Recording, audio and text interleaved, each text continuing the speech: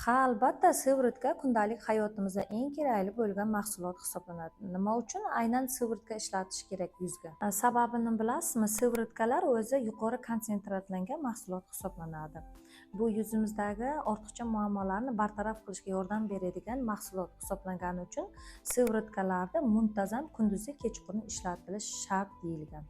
Sivritkalarda nima uchun kechqurun ishlatishni tavsiya qilaman? Sababi tana va teri tiklanish jarayoni kuchayadi.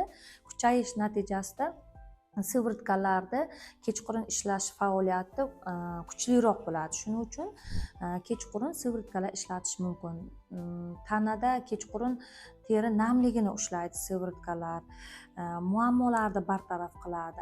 Kunduzi esa naborot, kunduz kuni tashqi muhitdan himoya qiladi.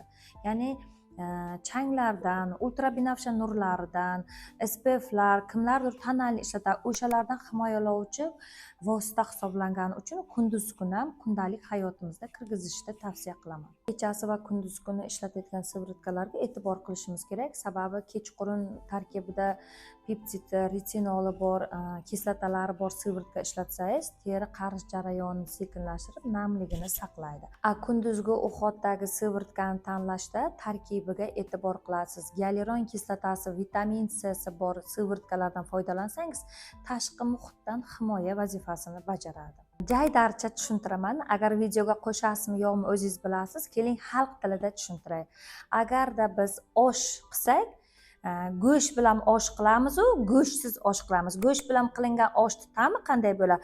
Go'shtsiz osh qilinganda ta'mi qanday bo'ladi? Xuddi shunday sivritka bu go'sht vazifasini bajaradi. Xulosa o'zingizdan. Sivritkalardan foydalanishdan oldin albatta yuzingizni umvalniy gellarda yuvib, tonik yoki tonerlardan foydalangandan keyin sivritkani ishlatishni maslahat beraman.